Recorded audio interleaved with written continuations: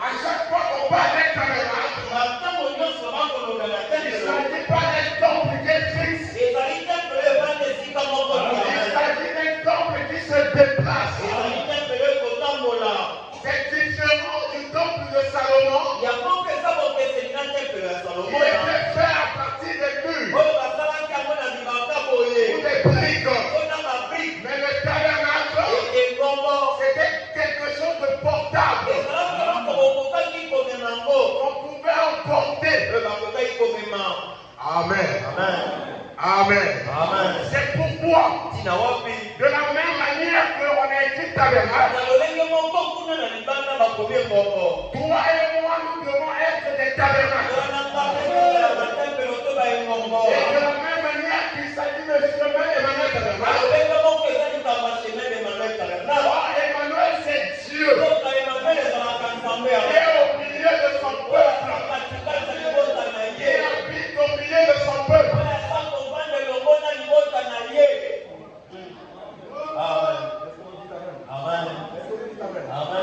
Est-ce que vous dites Amen? Dieu habite dans les tabernacles, dans des lieux qui se déplacent, qui sont mobiles. Est-ce que vous êtes avec moi? Le tabernacle de Moïse était le type parfait de Christ. Et dans Hébreu, la Bible déclare que tu n'as voulu ni offrande, ni sacrifice, mais tu m'as formé un corps. Est-ce que vous êtes avec moi? Au temps de Moïse, Dieu avait demandé l'offrande et les holocaustes. Amen. Mais dans le Nouveau Testament, Paul est en train de nous dire que Dieu n'a voulu ni offrande, ni sacrifice, mais il m'a formé un corps. Et là, il était en train de parler de Jésus-Christ. Est-ce que vous êtes avec moi? Il m'a formé un corps. Or, le tabernacle d'avant était fait de mains d'or. C'était l'homme qui l'avait fait. Mais le tabernacle d'après, l'antitype, c'était fait par les mains de Dieu lui-même. Parce que Dieu n'habite pas dans les tabernacles, dans les maisons faites de mains d'or. Celui-ci, ce n'est pas la réalité. Ce n'est autre que l'homme. Parce que l'Ancien Testament est l'homme des choses à venir. C'est l'homme de la négative. Le positif devait arriver. Le positif, on n'avait pas besoin de Dieu. Dieu lui-même, de ses propres mains. Est-ce que vous dites Amen? Est-ce que vous dites Amen? De ses propres mains. On la main de Dieu représente sa parole. Est-ce que vous dites Amen?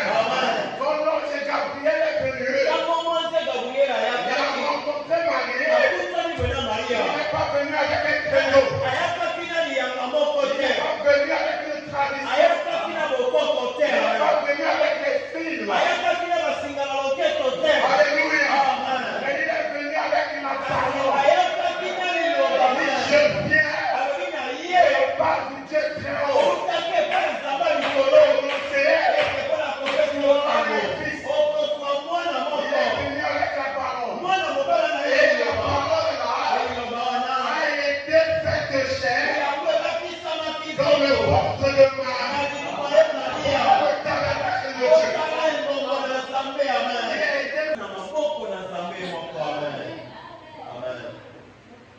Est-ce que c'est la vérité?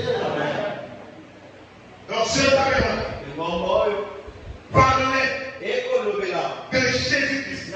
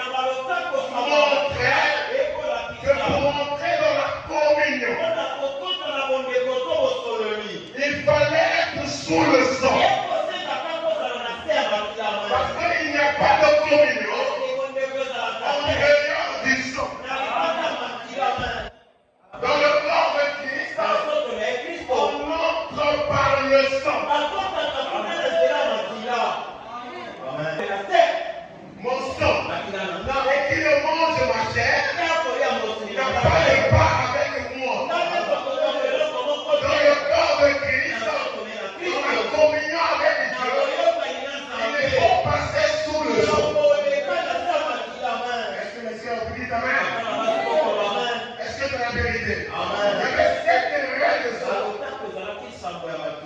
Et le pécheur devant rentrer sur ce. Et nous avons dit qu'avant même que le pécheur entre sur nous,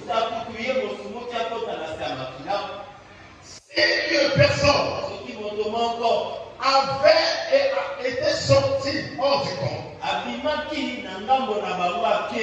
où il avait touché un cadavre, un homme mort, cette personne a été impure pour le Seigneur. Il fallait qu'on prenne la vache, qu'on puisse le brûler, et on prenait la sonde, on mettait ça dans de l'eau, et cette eau-là était l'eau de séparation, ou l'eau de purification. Après les 7 jours d'impureté, pour que ce homme-là entre dans le tabernacle, il fallait qu'on réponde sur cette personne-là les eaux de séparation. Et frère, on me dit, les eaux de séparation, c'est ça qui sépare le péché du pécheur. Est-ce que vous êtes avec moi? Parce que si tu rentres dedans sans être lavé, tu souillais les parvis de Dieu. Il fallait automatiquement une génisse rousse, pas une génisse brune, mais une génisse rousse pour que la personne soit purifiée, soit sanctifiée et qu'il puisse avoir accès dans la communion avec Christ. Est-ce que vous êtes là? Est-ce que vous dites Amen? Et nous sommes allés plus loin. Amen. Quand quelqu'un arrive au niveau du parc, quand un pécheur arrive au niveau du parc, il y a la cuve. La cuve des reins et l'autel des holocaustes. La cuve, c'est là où on lavait le sacrifice que le pécheur apportait. Il devait apporter le sacrifice. On lave le sacrifice. Ensuite, on place le sacrifice à l'autel des reins. Et nous avons vu frère Madame qui dit, les reins représentent le jugement divin. Et que le sacrifice devait d'abord être lavé avant d'être sacrifié. Est-ce que vous êtes avec moi? Et pendant que l'animal était en train d'être sacrifié, la personne qui avait apporté l'animal devait poser ses mains sur l'animal. Il devait sentir la culpabilité. Une façon de dire dans son cœur que cette vie naturelle qui est en train de partir, c'est à cause de moi, à cause de mon péché. Est-ce que vous dites Amen? Et or, le sacrifice représentait Jésus-Christ. Est-ce que vous dites Amen? Aucun homme n'est mort comme Jésus-Christ. Amen. Est-ce que vous êtes avec moi? Aucune personne n'est mort comme Jésus-Christ. Pourquoi? Parce que c'était l'homme le plus parfait, l'homme le plus précieux, et il est mort de la mort la plus honteuse. Il est mort nu entre le ciel et la terre.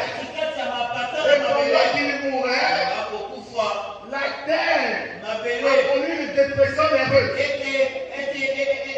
La lune s'est obscurcie. Le soleil s'est obscurci. Alléluia. Il est mort de culpabilité. on me dit qu'il est mort de chagrin. Il a vu le peuple qu'il aimait.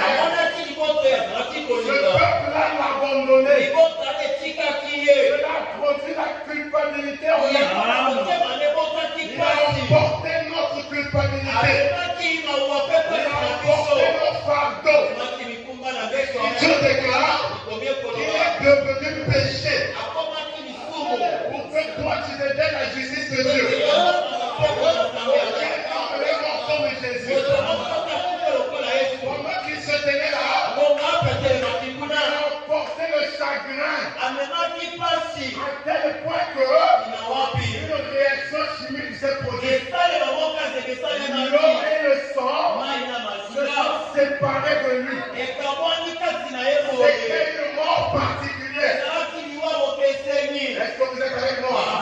Et pendant qu'il mourait, et pendant que l'eau et le sang sortaient, le soldat romain, il a vu ces choses.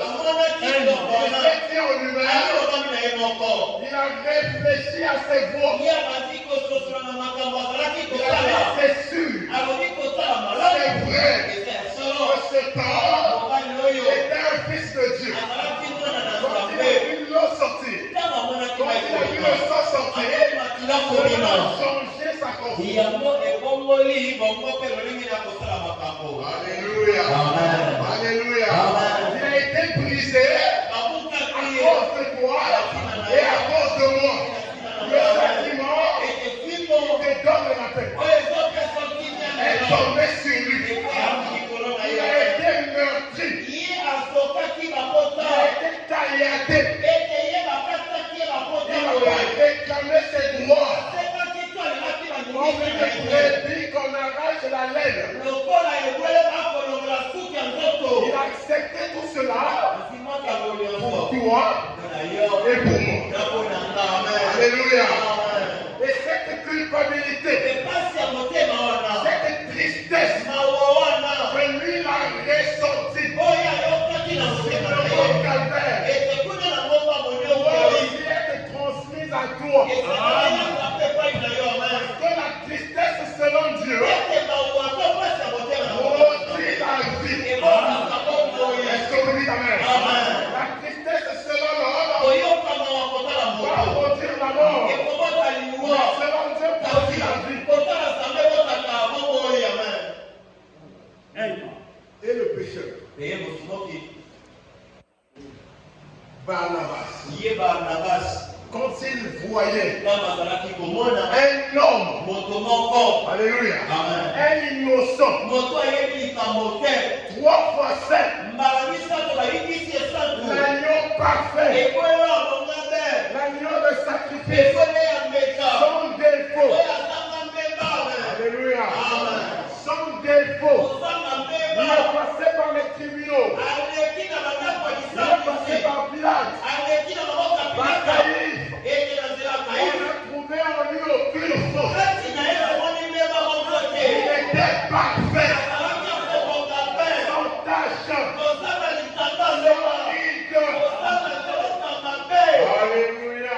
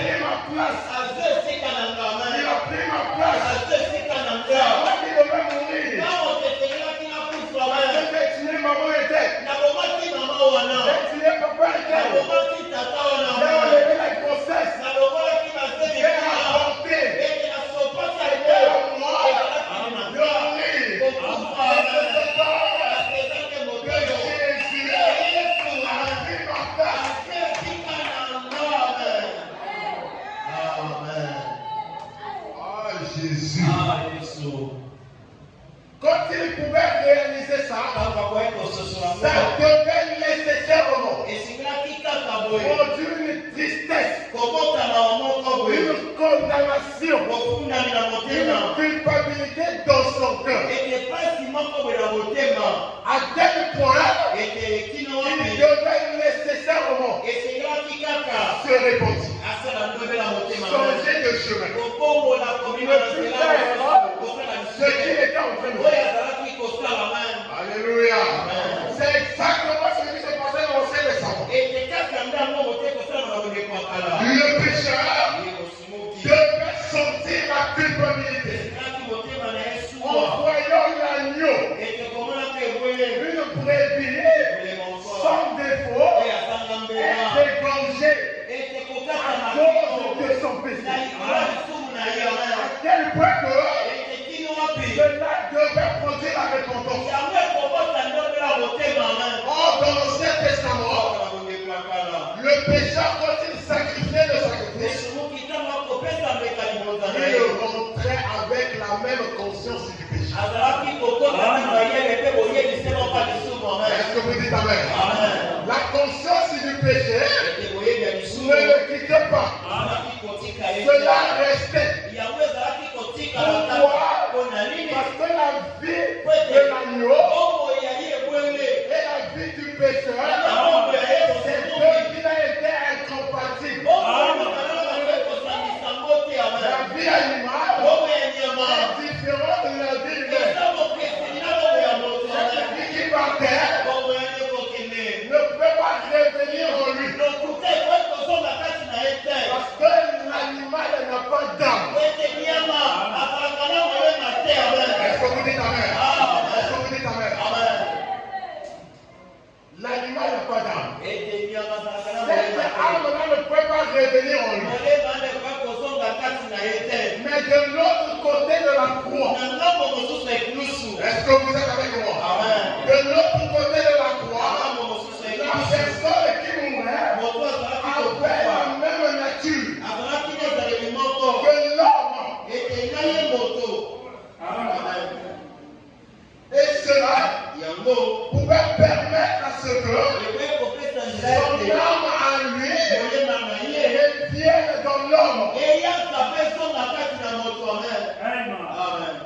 Et frère, madame, quand vous recevez le Saint-Esprit, vous recevez l'âme de Jésus.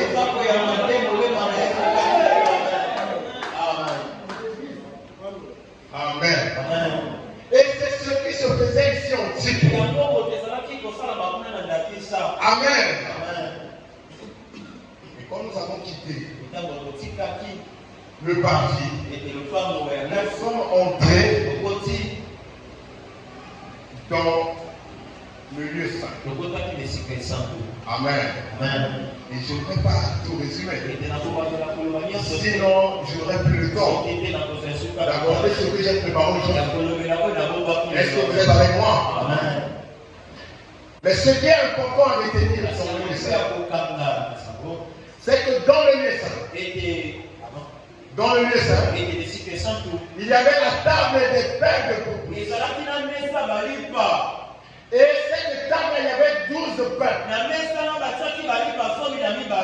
Ce n'était pas des pains comme les pains que nous achetons.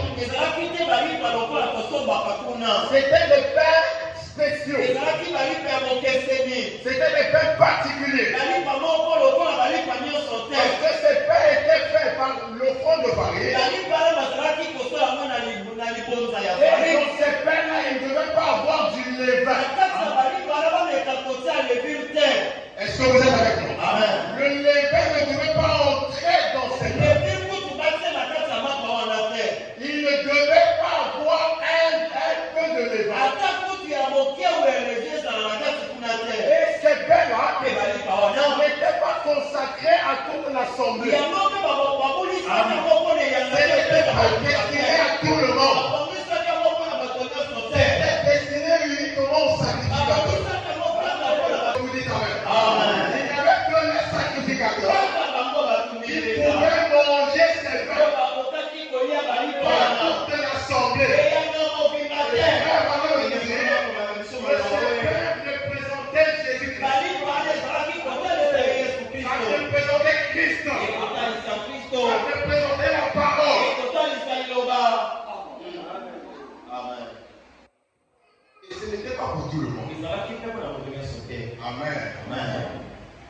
C'était. Amen.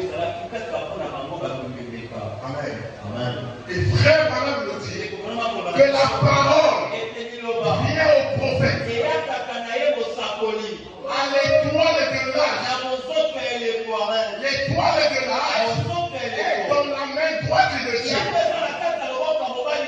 Est-ce que vous dites Amen?